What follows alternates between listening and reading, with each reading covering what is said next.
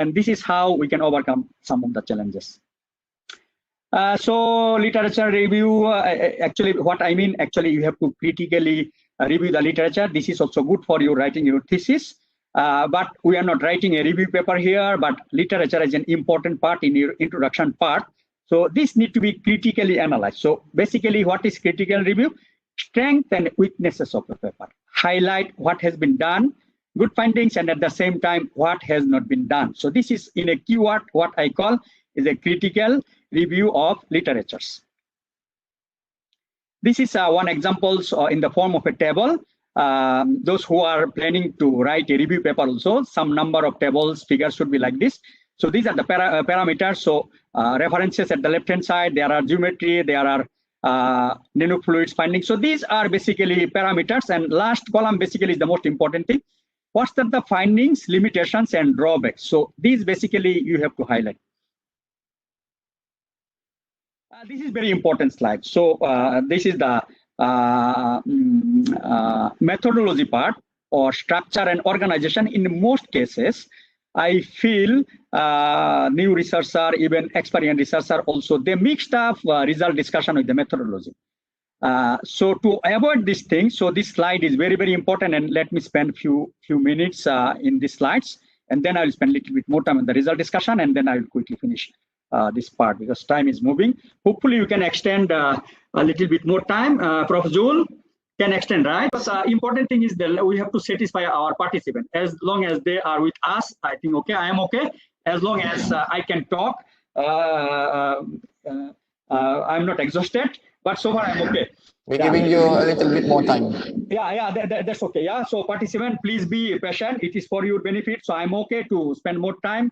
Organizers also okay. So let's spend a little bit more time in this slides organization. This is basically, again, I learned. So actually the German Academic Exchange invited me, sponsored me in Vietnam for 6 days workshop. Actually from there, actually I learned these things. So again, I'm also learning. You see, this will make your paper well organized, coherence. So it is not scattered. And reviewer will be happy, your supervisor will be happy, and in general this will help you to make a structured, well organized, coherent paper. This is basically the reason I put this slide here. So you have a title, and once you have a title, as you have seen, you have to write objectives in your introduction part. So you write the objectives 1, 2, 3 very clearly. Okay, so once you write your I also have shown you how to write the objectives very clearly. So I am going one by one, very clear-cut way, so that it guides you how to write a good paper. So there is a title.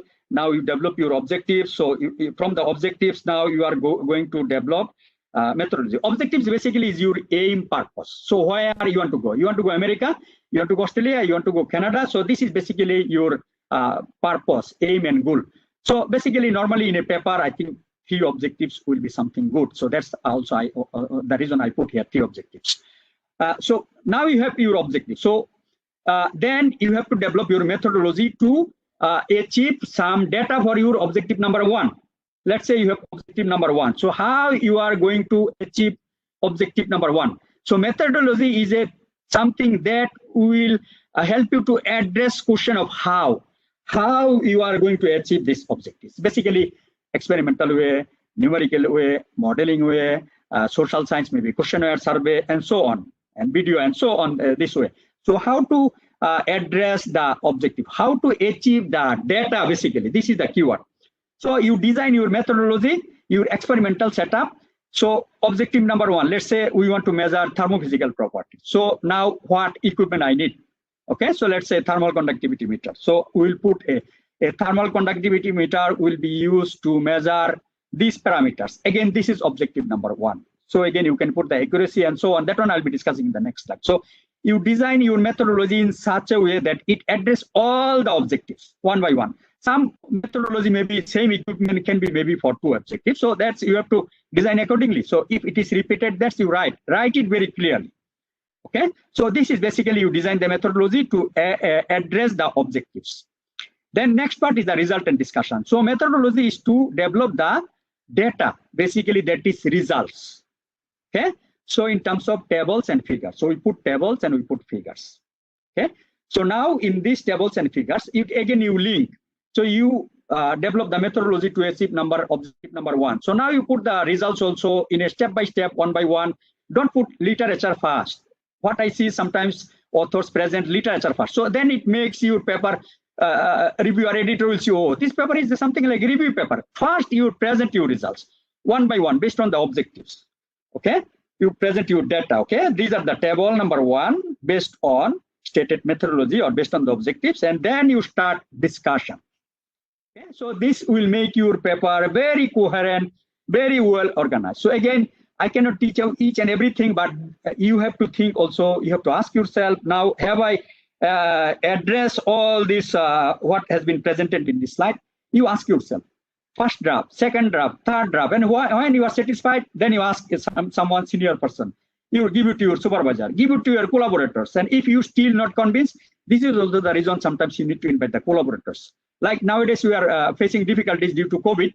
We cannot go lab for last 3 or 4 months. So what we did, using our data, we invited some of the researchers around the world in Iran, Australia, Canada, Bangladesh, Saudi Arabia. They are very good at numerical analysis. So Alhamdulillah, because of with this effort, we are overcoming our COVID challenges. So what I mean, you need to invite the collaborators, those who are expert. I am working on new materials. I am not materials expert. What I can do, I can invite someone expert on the material synthesis. Then this will make your work very, very strong when you are not confident, when you are new, when you are junior. So again, these are the ways also to achieve your objectives, to make it coherent, to make it very strong. That's the reason also to invite the collaborators, to invite the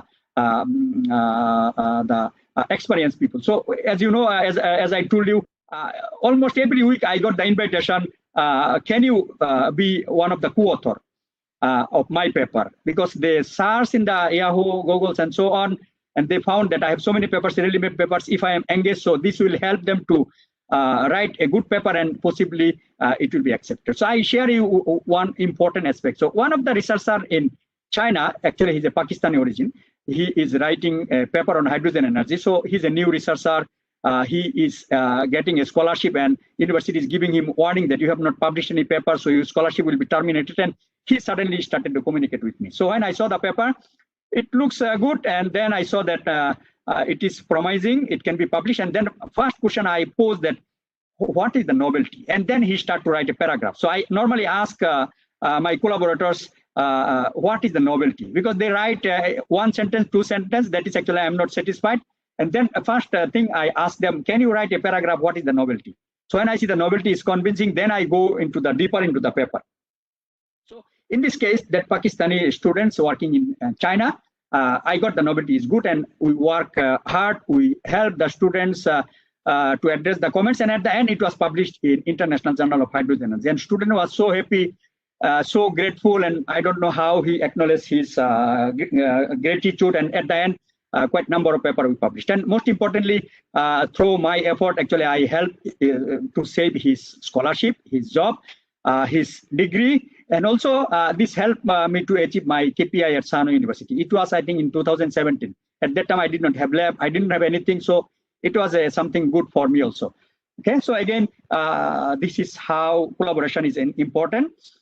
So this is the brief summary of how to address the coherency, organizing your paper in a proper way, and so on. Now, finally, how to address the conclusion. Conclusion is basically concrete achievement of your objective. So you have to see, this is again happens mismatch. You have 3 objectives and you have written just everything based on your 1 objective only. So objective 2 and 3 is not addressed, and definitely if I am a reviewer and good reviewer will be asking that there is a mismatch. So there is nothing about the objective 2 and 3. So that's why objective number 1, and you write that there is a concrete finding. So you can write a bullet, you can write paragraph, you can write in a A, B, C, you can write Roman 1, 2, 3. You can enlarge conclusions, maybe paragraph also. It's up to you, and as long as the reviewers are satisfied, editors are satisfied, that should be okay. So what I mean that you have 3 objectives, you write the conclusion based on these 3 objectives, that all objectives are achieved. That's what we call the tally objectives with the conclusion. Okay, so this slide basically is to address the organizations and coherency of the paper. I hope this will be very, very useful for you. So that's why I spent a little bit more time here. So writing comprehensive methodology, I'll be going a little bit faster.